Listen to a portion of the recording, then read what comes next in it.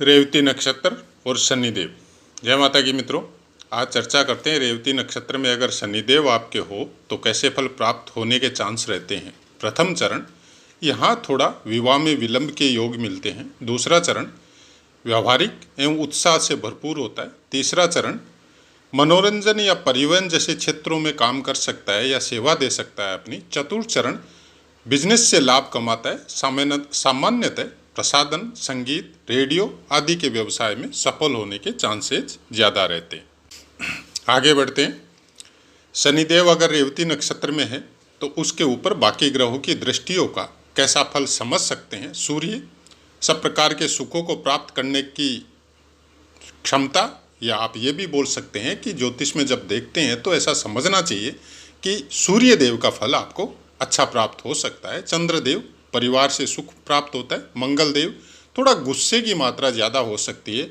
बुध मंत्री स्तर तक आदमी प्रोग्रेस कर सकता है। गुरुदेव ज्ञान और नीति शास्त्र में निपुण होता है। शुक्रदेव जिम्मेदार और धनवान होने के ज़्यादा चांस नज़र आते हैं।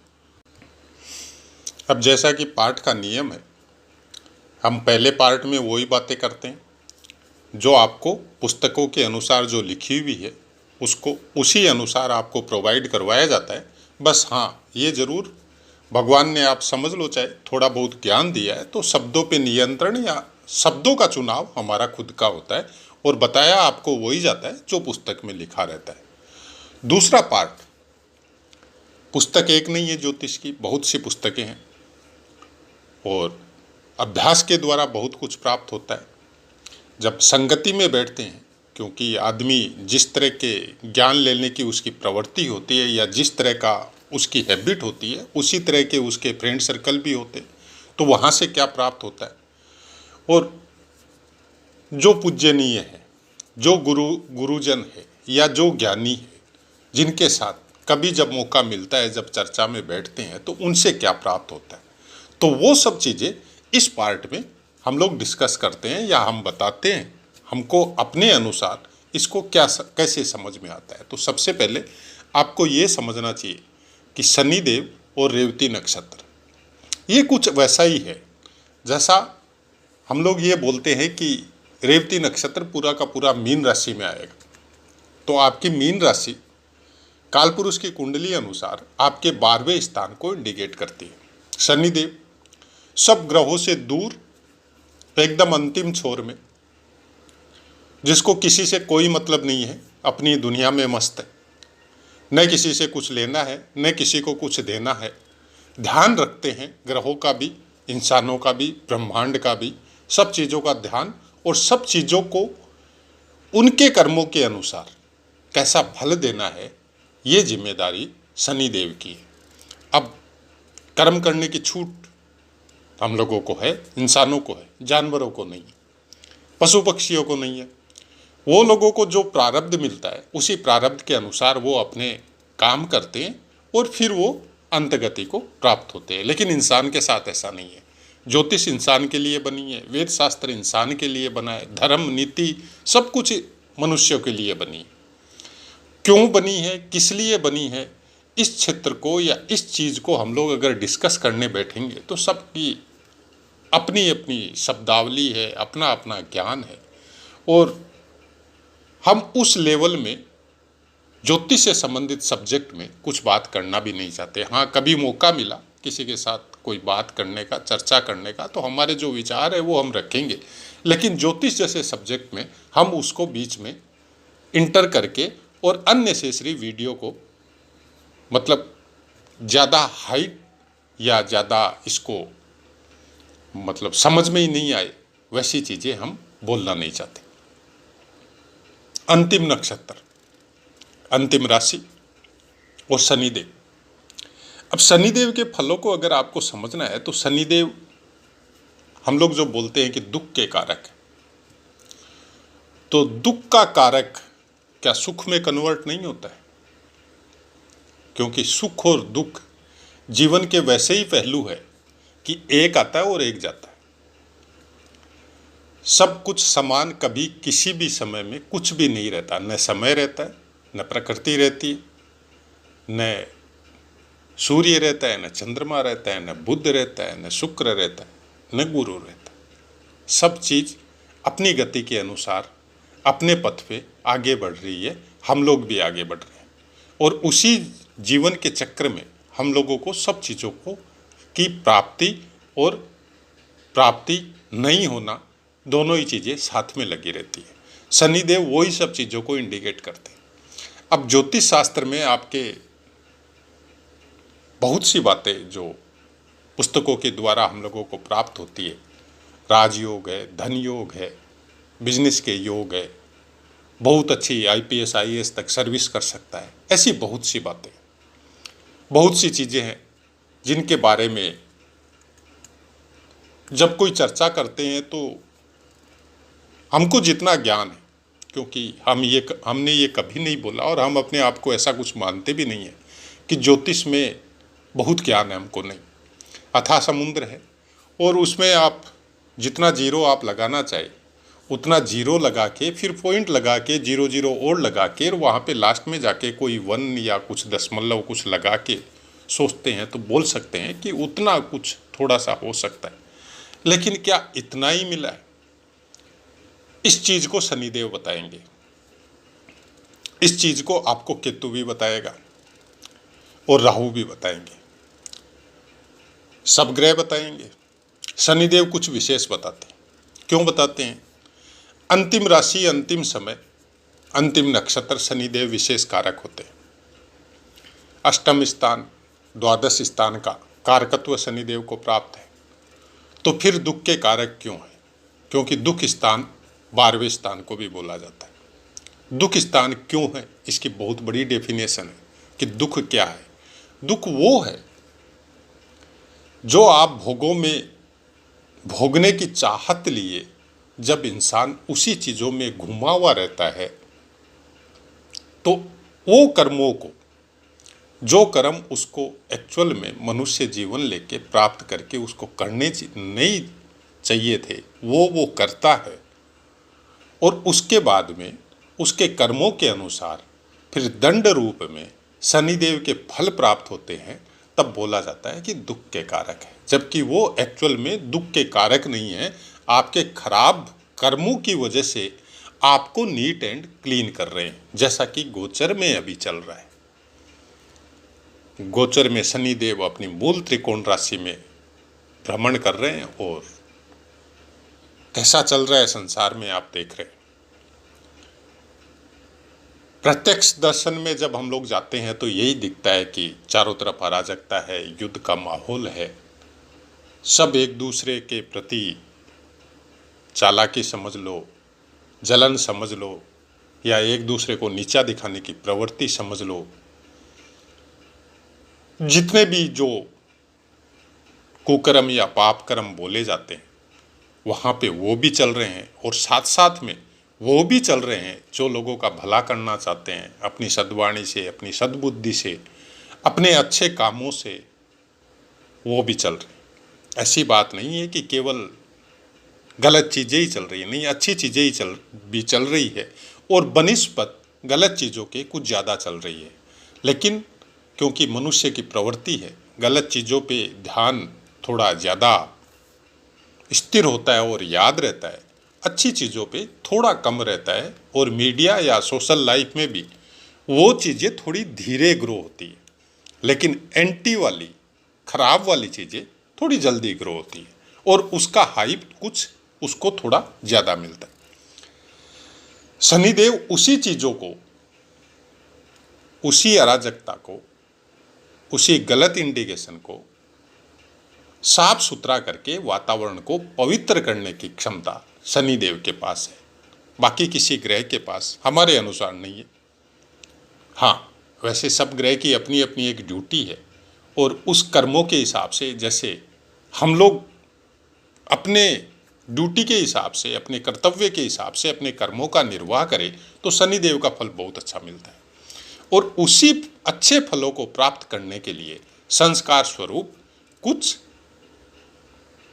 नियम बनाए गए थे समाज में रहने के लिए, परिवार में रहने के लिए, समाज में रहने के लिए, देश में रहने के लिए। हम लोगों के सनातन धर्म में कुछ बहुत अच्छे नियम बनाए गए थे जिनको हम लोग इग्नोर करके आज अपनी मन की इच्छा के वशीभूत होके जो मन में आता है वो करने की प्रवृत्ति, उसी का दंड स्वरूप शनिदेव का न्याय है और वही फिलहाल गोचर में चल रहा है। अब कहीं पे दंड स्वरूप में आपको अर्थक्वेक के द्वारा जनहानि होती है, कहीं पे युद्ध के द्वारा होती है, कहीं पे और कोई कारण प्राकृतिक या अननेचुरल या नेचुरल कुछ भी हो सकता है। अब इसका उपाय क्या है? जैसे सोशल मीडिया में जब भी हम लोग कोई फेसबुक वगैरह में कोई पोस्ट डालता है तो सबसे पहले कोई अगर पोस्ट डाली जिसका मीन्स खराब होता है कि इस घर में ये ग्रह बैठने से खराब फल देता है, उसको थोड़ा हाइप ज़्यादा मिलता है। और वहाँ पे कमेंट में एक चीज़ आपने ज़रूर देखी होगी कि सबका यही पूछना होता है उपाय क्या है। और फिर जिस भी ज्ञानी ने वो पोस्ट डाली वो अपने अनुसार उपाय बताता है, हनुमान जी की पूजा करो या वो करो ये करो। हमने बहुत से पोस्टों में ये बात या बहुत से वीडियो में ये बात बताई है कि उपाय से कभी भी दंड विधान या न्याय विधान जो ब्रह्मांड का है या शनिदेव का है उसमें कोई रिलीफ आपको मिलने वाली नहीं है। उपाय से पृथ्वी के उपाय कानून के अनुसार आपको कोई सज़ा मिलनी चाहिए नहीं मिलनी चाहिए, वकीलों की बहस से आप वहाँ पे कोई उपाय करके कुछ भी करके आप हो सकता है छूट जाए गलत काम करके भी, लेकिन इस विधान में छूटना बहुत मुश्किल है। उपाय से कर्मों का अपना जो फल है वो किसी न किसी रूप में इंसान के सामने आता है, चाहे इस जीवन में आओ, चाहे सनातन धर्म के जो दर्शन है कि आगे वाले जीवन में भोगना पड़ता है, तो चाहे अगले जीवन में आओ। इससे बचने का कोई तरीका हमको तो ज्योतिष शास्त्र के अनुसार तो समझ में नहीं आता है। हाँ, ये जरूर है कि आप अपने कर्मों को सुधार लें। कि हम लोगों में बोला जाता है कि जब इंसान जागृत अवस्था में आया तभी सुबह समझना चाहिए, सवेरा समझना चाहिए। तो किसी वजह से आपको जब समझ में आया कि हम कुछ गलत कर रहा था और अब हमको ये गलत नहीं करना है, तो सबसे पहला उपाय वही हो जाता है। उसके बाद में धीरे धीरे आप अपने नित्य कर्म में समझो, अपने कर्मों में समझो। जब जैसे जैसे सुधार आपने चालू किया उसी के अनुसार फिर धीरे धीरे वो चीज़ें दूर होनी चालू होती है, या फिर हम अपनी ऊर्जा के द्वारा उसको भोग के उस चीज़ को नीट एंड क्लीन करके आगे चलते हैं। शनिदेव का काम यही है। शनिदेव को उपाय के द्वारा अगर आप समझते हैं कि हम लोग ठीक कर ले या किसी भी ग्रह को ठीक कर ले, ऐसा हमारे अनुसार तो संभव नहीं है। बाकी और महान विद्वान है, अगर वो बताते हैं और उसके अनुसार अगर आपको फ़ायदा मिल रहा है तो बहुत अच्छी बात है। मेन मकसद है कि इंसान को, मनुष्य को फ़ायदा होना चाहिए। लेकिन बात वही है कि शनिदेव को ठीक करने के लिए उपायों के द्वारा करना चाहिए या अपने विचारों के द्वारा, अपने कर्मों के द्वारा उसको ठीक करना चाहिए। ये अलग अलग श्रेणी है अपने ज्ञान की, हमारी थोड़ी अलग है।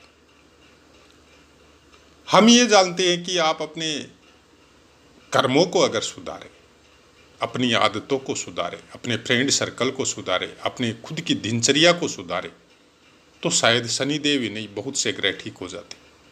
और बहुत से वीडियो में हमने ये बात बताई भी है कि जब सुबह अर्ली मॉर्निंग उठते हैं तो बहुत सी चीज़ें ठीक होती हैं। आयुर्वेद भी यही बात बताता है, ग्रह भी यही बात बोलते हैं। और ज्योतिष को हम लोग अगर उसी लेवल तक अगर समझे कि कोई ग्रह आपको प्रारब्ध के अनुसार गलत मिला है तो उसको ठीक कर ले उपाय के द्वारा, तब तो फिर कुछ गलत समझ रहे। ज्योतिष उस लेवल की चीज़ है ही नहीं। ज्योतिष उससे बहुत अपर लेवल की चीज़ है। ज्योतिष मतलब ईश्वर की ज्योति, एक वो ज्ञान जिसके द्वारा आप साक्षात ईश्वर का दर्शन कर सकते हैं या उसके चरणों में स्थान प्राप्त कर सकते हैं, वेदों को समझ सकते हैं, अपने धर्म को समझ सकते हैं, अपने कर्तव्यों को समझ सकते हैं। वो चीज़ ज्योतिष है। अब अब कौन किसको किस रूप में लेता है। ज्योतिष को भी हम लोग अगर अपने फाइनेंस पोजीशन सुधारने के लिए उसके अंदर लग जाए या उसी लेवल में इसको आगे बढ़ाना चालू कर दे, नहीं, कोई शक नहीं है, इसके द्वारा आप धनोपार्जन कर सकते हैं। लेकिन इसके साथ कार्य क्या रहे, ये बहुत बड़ा क्वेश्चन है। और उसी क्वेश्चन का आंसर फिर रेवती नक्षत्र और शनिदेव है। अब इसको किस रूप में लेते हैं, ज़्यादा डीपली हम कुछ नक्षत्रों के पार्ट चल रहे हैं तो हम बोलेंगे नहीं। जब पर्टिकुलर अलग अलग ग्रहों के पार्ट जब देंगे, कुछ दिए हैं फिर वापस देंगे, तब उसके अंदर हम लोग समझेंगे कि इसको किस रूप में समझें। जब भी किसी ग्रह को समझना हो या नक्षत्र को समझना हो तो पहले उसके कारकत्व को समझिए, वो है क्या। मतलब आपने शनिदेव बोला तो शनिदेव समझने के पहले आपको क्या पिक्चर समझ में आती है, शनिदेव को क्या समझे, किस तरह के कारकत्व है उसके पास, वो क्या दे सकते हैं और क्या ले सकते हैं आपसे। तो सबसे पहले शनिदेव की जो कहानियां हैं, जो वेदांग है, वेदों के द्वारा जो उनकी उत्पत्ति की कहानी है, उन्होंने जो दुख तकलीफ भोग के भी केवल कर्मों के अनुसार दंड देने का जो विधान उनको प्राप्त हुआ, तपस्या के द्वारा जो शक्तियां उनको प्राप्त हुई, और कभी भी अपने लाभ के लिए जिसको उन्होंने अपनी इच्छा के अनुसार यूज नहीं किया,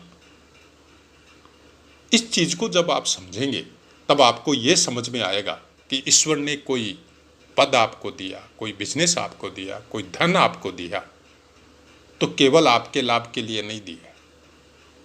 आपका जीवन अच्छा हो ये बहुत जरूरी है, क्योंकि आपका जीवन अच्छा होगा तभी आप दूसरों का अच्छा कर सकेंगे। ये बहुत सौ के लाभ के लिए दिया है। समाज में या देश में किसी को कोई पद उस लेवल पे मिलता है या उस लेवल पे धन मिलता है तो उसके साथ भगवान उसको या उससे ये भी चाहता है कि उससे नीचे वाले हैं उनको भी वो सुखी रखे। राजा का कर्तव्य जब समझाया जाता है नीति शास्त्र में, उसके अंदर भी यही बातें बताई जाती है। और उसी का नियम ज्योतिष में भी आता है कि जब उस नियम का पालन नहीं होता है, जो कि वर्तमान में बहुत कुछ ऐसा देखने को मिलता है। देखने को मिलता क्या, रात दिन हम लोग देखते हैं उस चीज का। और जब उसका वो जो आप कर्म के अनुसार उसका जो न्याय समझो, जब वो प्राप्त होता है तब फिर कोई संभालने वाला नहीं मिलता है। यही चीज रेवती नक्षत्र भी बताती है और यही चीज आपको शनिदेव भी बताते हैं। शनिदेव को ठीक करने का सबसे अच्छा उपाय है कि अपने कर्मों के ऊपर जो भोग की तरफ लेके जा रहे हैं उसके ऊपर थोड़ा अंकुश रखिए। अपने विचारों के ऊपर जो आपकी शारीरिक शक्ति को क्षीण कर रहे हैं, अपने दिमाग को कुछ गलत वे में लेके जा रहे हैं, उन पे भी अंकुश रखिए। जो नियम बनाए समाज में जीने के लिए या परिवार में रहने के लिए, उस नियमों का अपने मन और हृदय के द्वारा शक्ति से पालन कीजिए और उसके ऊपर चलने की कोशिश कीजिए और चलिए। शनि या शनिदेव उसी चीज को आपको बता रहे हैं। अपने कर्मों में निरंतर लगिए और कुछ इस तरह से लगिए कि आपको लाभ क्या होगा, फायदा क्या होगा, उसका चिंतन मत कीजिए या चिंता भी मत कीजिए। अगर अच्छे कर रहे हैं तो लाभ अच्छा होगा, बुरे कर रहे हैं तो लाभ बुरा होगा। लाभ वहां भी होगा, ऐसा बात नहीं है लाभ नहीं होगा, लाभ वहां भी होगा। लेकिन कैसा होगा वो हमने आपको बता दी। हमारा ज्योतिष समझने का कुछ ऐसा ही तरीका है और इसी रूप में हम समझते हैं। बीती हुई बातों को याद करके और अपने मन में कोई कुंठा पाल के, किसी के प्रति कोई दुर्भावना रख के अगर जीवन को जिएंगे तो शनिदेव का फल अच्छा नहीं मिलेगा। शनिदेव बोलते हैं कि जो बीत गया उसको छोड़िए, जो है आपके पास उसको संभालिए और आगे की यात्रा कैसे अच्छी हो उसके बारे में चिंतन कीजिए। चिंता नहीं, बाकी वो संभाल लेंगे। जब आप अपने रास्ते पे अच्छे विचार और अच्छे मन के साथ आगे बढ़ेंगे तो बाकी का काम शनिदेव कर देते। अंतिम यात्रा में सबसे ज़्यादा सहायक की भूमिका शनिदेव की होती है। अब चाहे वो दंड स्वरूप में आपको दंड दे के आपकी अंतिम यात्रा करवाओ या आपके अच्छे कर्मों के द्वारा आपके अंतिम समय में आपकी बहुत अच्छी अंतिम यात्रा करवाओ, ये हम लोगों के खुद के ऊपर निर्भर है कि हम लोग शनिदेव को किस तरह से ट्रीट करते हैं या उनके बनाए हुए नियमों को कैसे फॉलो करते हैं। तो आशा है मित्रों पाठ समझ में आया होगा। अब अपनी वाणी को विराम देते हैं, आपसे आज्ञा लेते हैं। जय माता।